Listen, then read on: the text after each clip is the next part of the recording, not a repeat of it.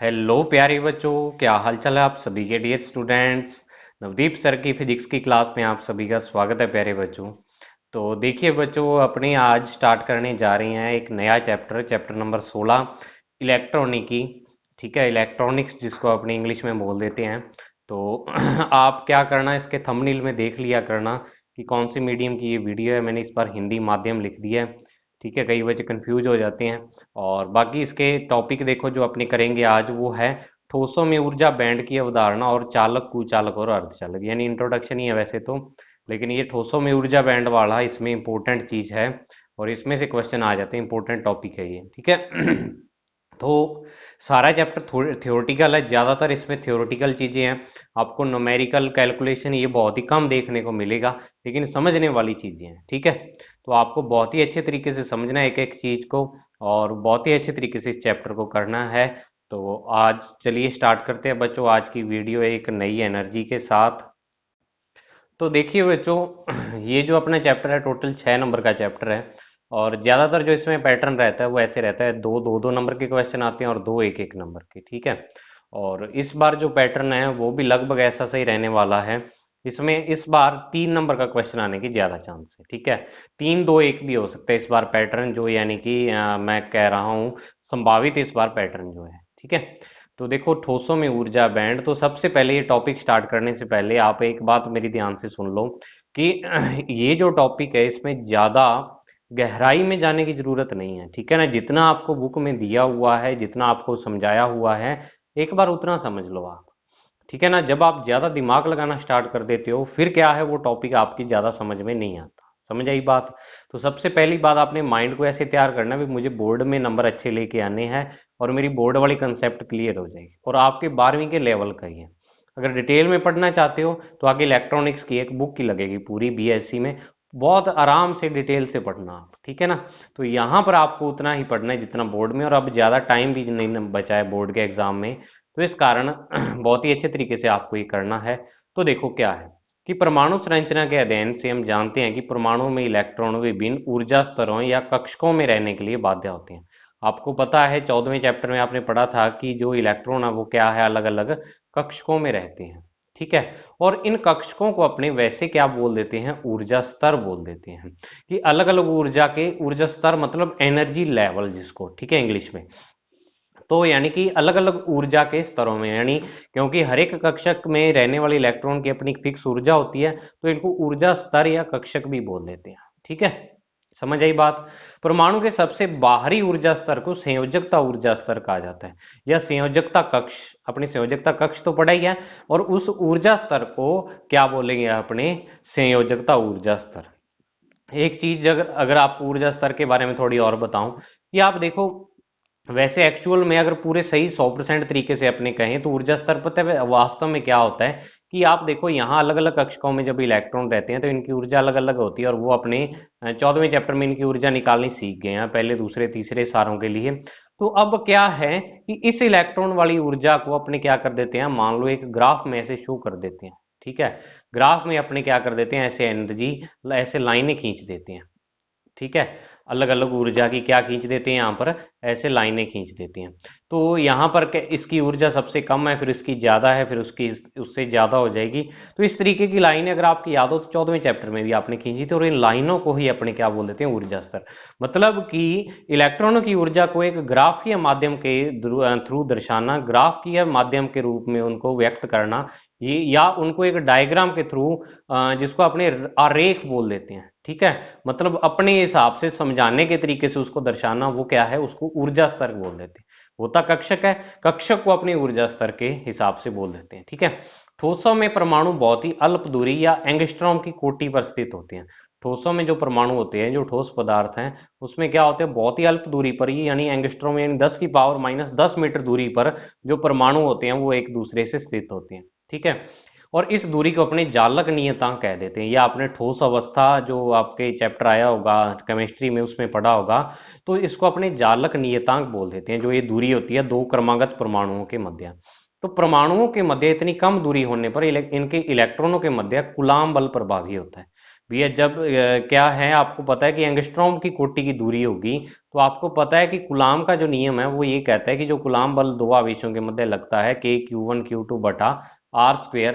तो अब आप देखो, ये आर जो दूरी है ये 10⁻⁻10 की कोटि की है।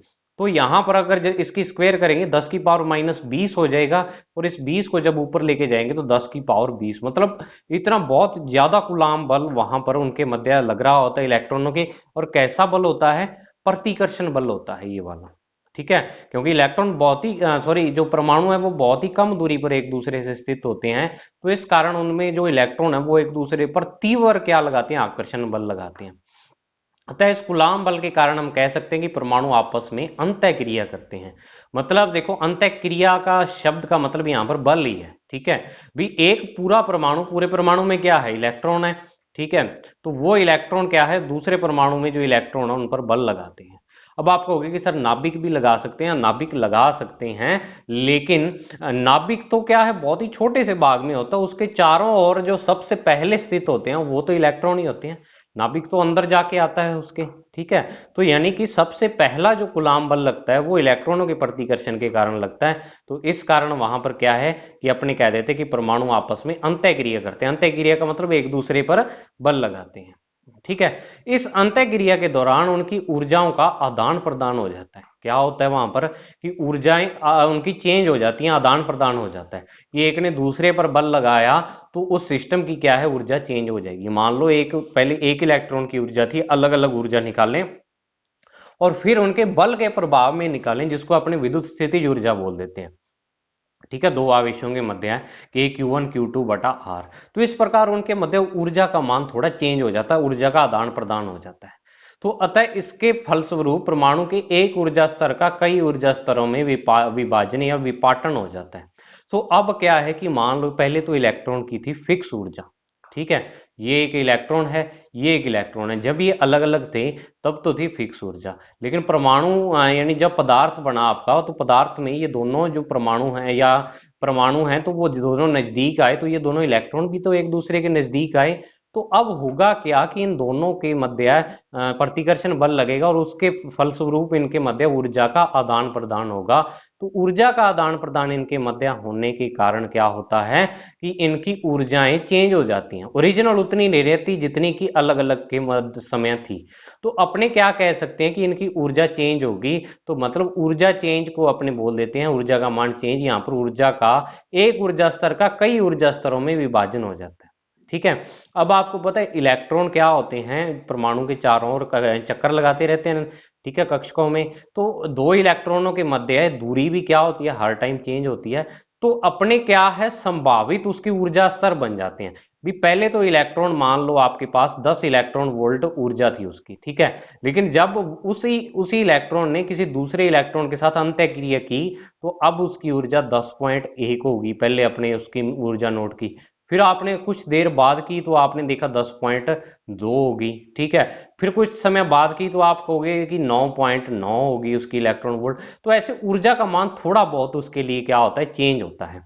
तो जब अपने उसका ऊर्जा का ग्राफ बनाते हैं ना, तो उस ग्राफ में एक फिक्स वैल्यू ना आके अपने को कई वैल्यू मिलती है उस ग्राफ में। ठीक है, लेकिन उनके मध्य गैप बहुत ही कम होता है। ये तो मैंने गैप बहुत ज्यादा बता दिया, 10, 10.1, लेकिन वो 10⁻⁻30 इलेक्ट्रॉन वोल्ट या 10⁻⁻40 इतना भी क्या होता है उसमें ऊर्जा का गैप होता है, यानी बहुत ही कम गैप होता है ऊर्जा का। ठीक है, तो विपाटन या विभाजन हो जाता है ऊर्जा स्तर का। तो समझ आ गई ऊर्जा स्तर का विभाजन कैसे होता है?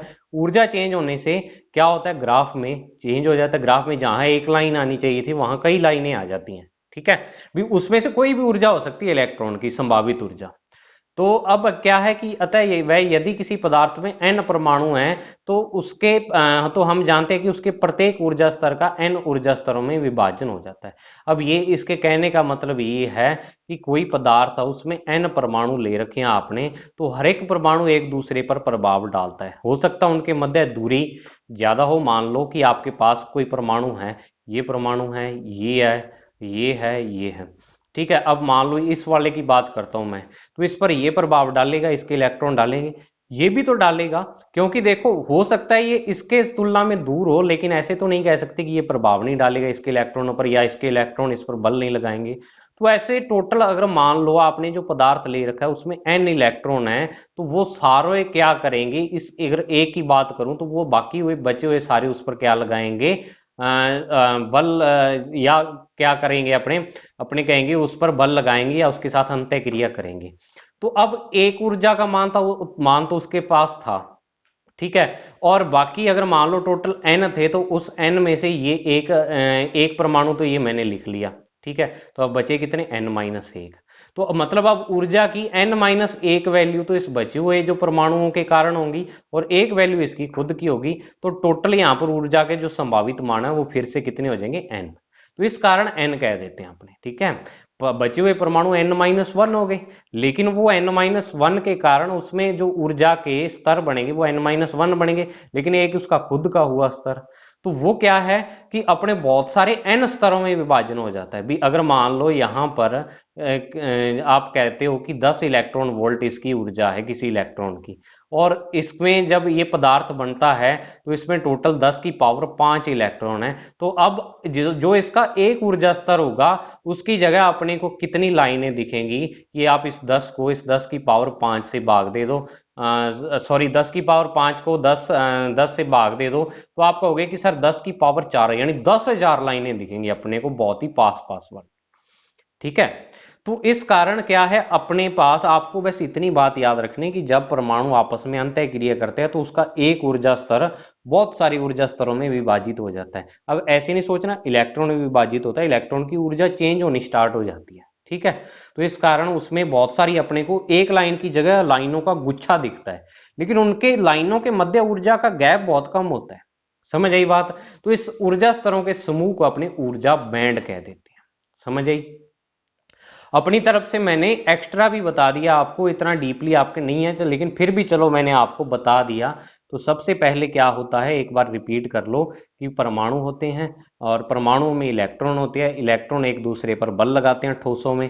तो क्या होता है दोनों इलेक्ट्रॉन अगर एक दूसरे पर बल लगाएंगे तो उसमें क्या होगा कि दोनों की ऊर्जा में थोड़ा थोड़ा चेंज होगा। तो जहां पहले एक इलेक्ट्रॉन के लिए एक ऊर्जा की लाइन आ रही थी ग्राफ में, अब दो लाइनें बन जाएंगी। इसी तरह अगर मान लो परमाणु परमाणु आपका है उसमें n परमाणु है, मतलब जो आपने पदार्थ लिया उसमें n परमाणु है, तो एक एक में एक किसके कारण प्रभावित हो रहा है, अब n के कारण प्रभावित, बाकी बचे हुए n-1 के कारण प्रभावित हो रहा है। तो n-1 लाइनें तो बाकी की बनेगी और एक लाइन उसकी बनेगी, मतलब टोटल n ऊर्जा स्तर बन जाएंगे वहां पर, और इन ऊर्जा स्तरों के गुच्छे को अपने क्या बोलेंगे, ऊर्जा बैंड बोल देंगे, समझ आई। अतः किसी भी परमाणु के लिए 1s 2s 2p 3s आदि कक्षकों के संगत क्या होते हैं, ऊर्जा बैंड होते हैं, जिन्हें 1s बैंड 2s बैंड आदि कहा जाता है। ठीक है, एक बार आप इन बैंड को मैं आपको बुक से दिखा देता हूं। तो देखो बच्चों यहाँ पर कि अगर मान लो दो परमाणुओं की अंतः क्रिया बनी तो दो ऊर्जा स्तर बन गए यहाँ पर, और n बने तो इस तरह से ऊर्जा स्तरों का क्या बन गया, यहाँ पर गुच्छा बन गया, इसको ऊर्जा बैंड बोलेंगे अपने, ठीक है। अब जो 1s कक्षक है उस 1s कक्षक की वैसे तो फिक्स ऊर्जा होती है, लेकिन अगर जब n परमाणु आपस में मिलते हैं तो उस 1s वहां पर बैंड बन जाता है, ठीक है ना। तो ठोसों में क्या बनते हैं, ऊर्जा स्तरों की जगह ऊर्जा बैंड बन जाते हैं। अब नेक्स्ट यहां पर है क्योंकि परमाणु के बाह्यतम कोश में इलेक्ट्रॉन अंतः क्रिया में सर्वप्रथम और सर्वाधिक प्रभावित होंगे, अतः इनके संगत ऊर्जा बैंड अधिक चौड़ाई के व आंतरिक कक्षों पर अंतः क्रिया के कम प्रभाव के कारण ऊर्जा बैंडों की चौड़ाई कम होती है। मतलब कि जो बाहर वाले कक्षक हैं वो सबसे ज्यादा टच में आएंगे, सबसे ज्यादा इलेक्ट्रॉन के टच में आएंगे, दूसरे परमाणुओं के साथ टच में आएंगे, तो उन पर प्रभाव ज्यादा होता है, उनकी ऊर्जा में चेंज ज्यादा होता है, लेकिन अंदर वालों की ऊर्जा में चेंज कम होता है। तो जो बाहर वालों पर क्या है, बाहर वालों की ऊर्जा बैंड क्या होते हैं, अधिक चौड़ाई के, और जो अंत आंतरिक कक्षों की अंतः क्रिया के कम प्रभाव के कारण ऊर्जा बैंडों की चौड़ाई जो अंदर वालों की है वो क्या हो जाती है, कम हो जाती है, समझ आई बात। तो बाहर वालों के लिए सबसे ज्यादा और अंदर वालों के लिए क्या होता है, सबसे कम होता है। इन ऊर्जा बैंडों के मध्य वह ऊर्जा अंतराल जिसके संगत किसी भी इलेक्ट्रॉन की ऊर्जा नहीं होती वर्जित ऊर्जा अंतराल कहलाता है। अगर ऊर्जा बैंड बना जैसे 1s 2s 2p ऐसे, तो 1s और 2s के बीच में थोड़ा गैप होगा, वहां पर कोई इलेक्ट्रॉन नहीं रह सकता। लेकिन इन ऊर्जा स्तरों में इलेक्ट्रॉन कहीं पर भी रह सकता है, इलेक्ट्रॉन की ऊर्जा कहीं भी हो सकती है। लेकिन वो जगह जहां पर किसी इलेक्ट्रॉन की ऊर्जा एग्जिस्ट नहीं करती, संभव नहीं होती, जैसे कि आपने कक्षकों के मध्य पढ़ा था, कक्षकों के मध्य जगह होती है जहां पर किसी कक्ष इलेक्ट्रॉन की ऊर्जा नहीं होती, तो इस कारण वहां पर कोई कक्षक एग्जिस्ट नहीं करता, वहां पर उपस्थित नहीं होता। तो उसी प्रकार दो ऊर्जा बैंडों के मध्य भी एक ऐसा गैप होता है जहां पर किसी इलेक्ट्रॉन की ऊर्जा संभव नहीं होती, उसे वर्जित ऊर्जा अंतराल कहते हैं। अब ठोसों में इलेक्ट्रॉन दो प्रकार से ऊर्जा स्तरों में संक्रमण कर सकते हैं, एक ही बैंड के ऊर्जा अंतराल के मध्य और विभिन्न बैंडों के मध्य भी। इलेक्ट्रॉन जो हैं वो ठोसों में क्या हो सकता है, दो प्रकार से संक्रमण। संक्रमण का मतलब एक जगह से दूसरी जगह जाना।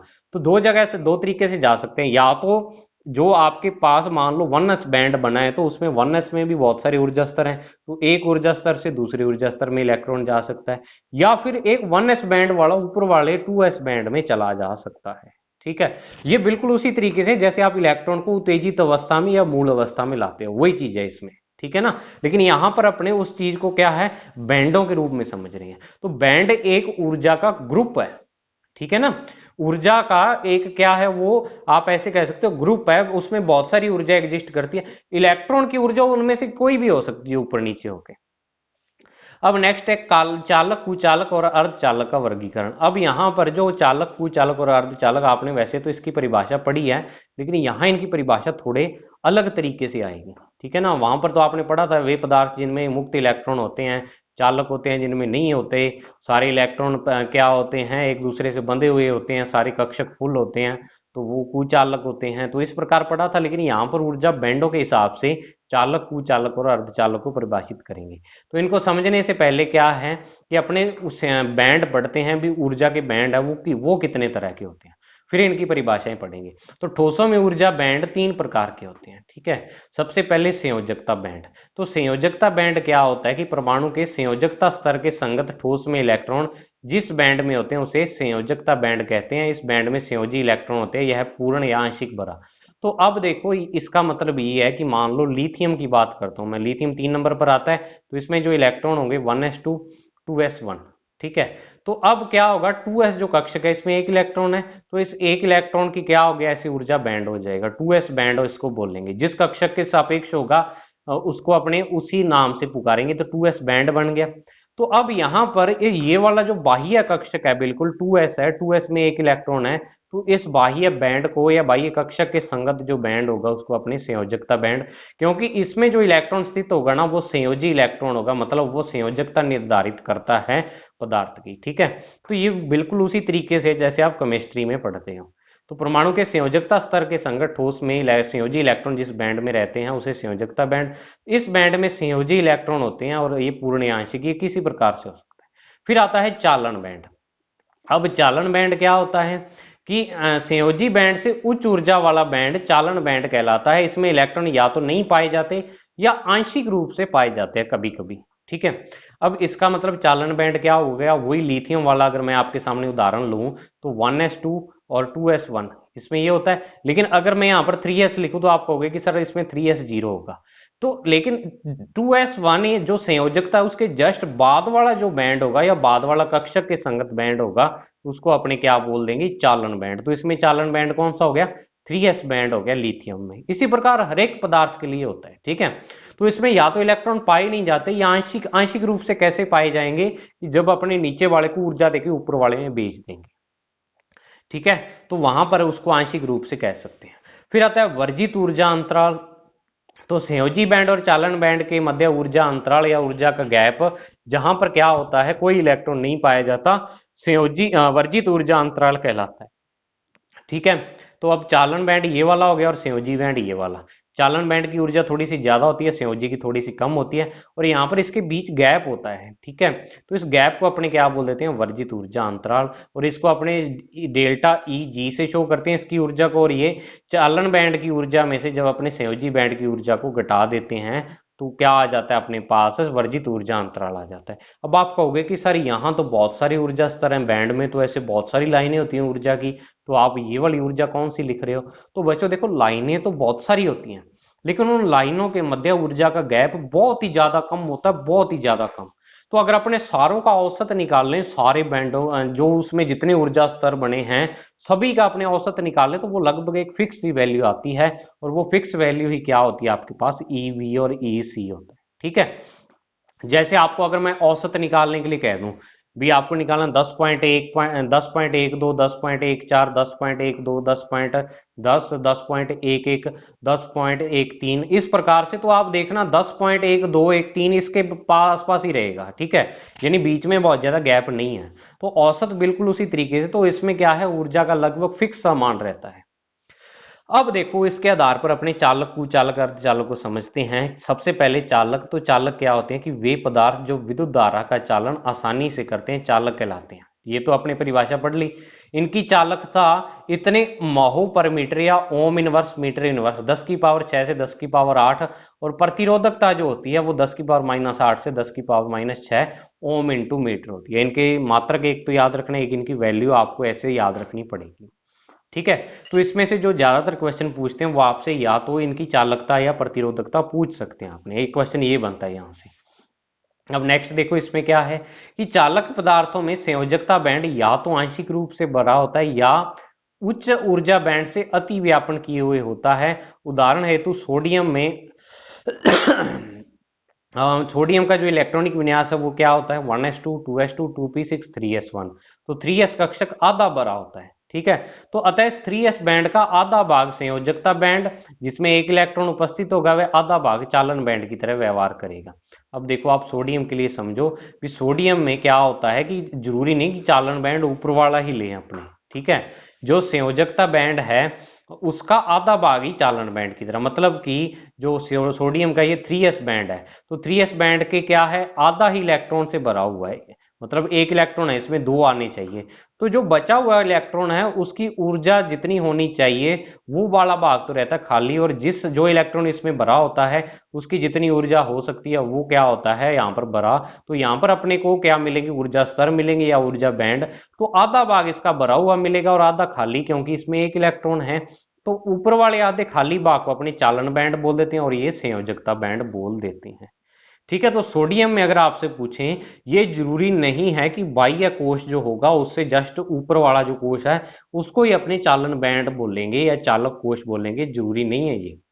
वही एक पदार्थ यानी जो बिल्कुल संयोजकता बैंड अगर आधा भरा है तो आधा उसका चालन बैंड हो सकता है। समझ आई बात ये। अब नेक्स्ट है इसके अलावा मैग्नीशियम में 3s और 3p बैंड अति व्यापन किए होते हैं, वह 3p बैंड चालन बैंड की तरह व्यवहार करता है। अब इसमें क्या होता है कि जो मैग्नीशियम की बात करूं अगर मैं, तो मैग्नीशियम में क्या होगा कि जो 3s बैंड होगा इसका ये और जो ऊपर वाला 3p है ये एक दूसरे से अति व्यापन मतलब एक दूसरे में मिक्स होते हैं। अब मिक्स क्यों होते हैं, क्योंकि जो इसके उच्च ऊर्जा स्तरों का मान होता है 3s बैंड के, वो इसके जो चालन बैंड है उसके निम्न ऊर्जा स्तरों के बराबर होता है। तो मैग्नीशियम में क्या होता है कि इलेक्ट्रॉन आसानी से एक दूसरे पर ऊपर नीचे क्या हो सकते हैं, जा सकते हैं। तो मैग्नीशियम में 3s संयोजकता बैंड होगा और चालन बैंड 3p होगा। लेकिन सोडियम में 3s आधा क्या होगा, संयोजकता बैंड, और आधा ही क्या होगा, चालन बैंड होगा। समझ आई बात। क्योंकि चालकों के लिए वर्जित ऊर्जा अंतराल का मान बहुत ही कम इतना होता है, 10 की पावर-4 से 10 की पावर-8 वोल्ट। वर्जित ऊर्जा अंतराल मतलब जो यहाँ पर इन दोनों बैंडों की ऊर्जा के मध्य गैप है, चालन और संयोजकता। तो इसमें क्या होता है, थोड़ी सी ऊर्जा देने पर इनके संयोजकता बैंड के इलेक्ट्रॉन चालन बैंड में चले जाते हैं, और जब चालन बैंड में इलेक्ट्रॉन चला गया वो एक मुक्त इलेक्ट्रॉन की तरह व्यवहार करेगा, उसको अपने क्या बोलेंगे, मुक्त इलेक्ट्रॉन बोलेंगे। समझ आई बात।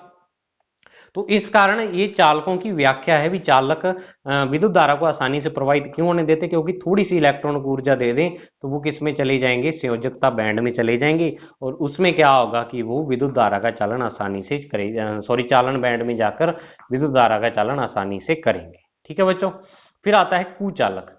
तो कुचालक क्या होते हैं कि वे पदार्थ जो विद्युत धारा का प्रवाह नहीं करते या अत्यल्प करते हैं कुचालक कहलाते हैं, कि बहुत ही कम करते हैं। अब कुचालकों में संयोजकता बैंड पूरी तरह भरा हुआ होता है, वह चालन बैंड पूरी तरह से खाली होता है, रिक्त होता है। और इनके मध्य जो वर्जित ऊर्जा अंतराल का मान है वो 3 से 7 इलेक्ट्रॉन वोल्ट। अब देखो आप कि चालकों में तो जो था ये वर्जित ऊर्जा अंतराल ये 10 की पावर-4 था, और यहाँ पर सीधा 3 और 10 7 आ गया, मतलब 10,000 गुना ज्यादा आ गई ऊर्जा। ठीक है। तो अब इसमें क्या होगा कि जो संयोजी बैंड है वो तो पूर्ण भरा हुआ होगा और जो चालन बैंड है वो पूरा खाली होगा, और इन दोनों के मध्य जो गैप होगा ना, ये वाला गैप, ये बहुत ज्यादा होगा, इतना। और इतनी ऊर्जा किसी इलेक्ट्रॉन को देनी बहुत ही मुश्किल होती है। भाई इतनी ऊर्जा अगर आप इस संयोजी बैंड के इलेक्ट्रॉन को दे दोगे तो वो यहाँ चालन बैंड में चला जाएगा, लेकिन इतनी ऊर्जा देनी बहुत ही ज्यादा मुश्किल होती है इलेक्ट्रॉन को। तो इस कारण इसमें इलेक्ट्रॉन क्या है, आसानी से चालन बैंड में नहीं जा पाते। तो इस कारण ये क्या होते हैं, विद्युत के कुचालक होते हैं। तो चालक, चालकता, कुचालकता, ये वाले गुण आप बैंड आधार पर भी बता सकते हो, बैंड थ्योरी पर भी बता सकते हो, ठीक है।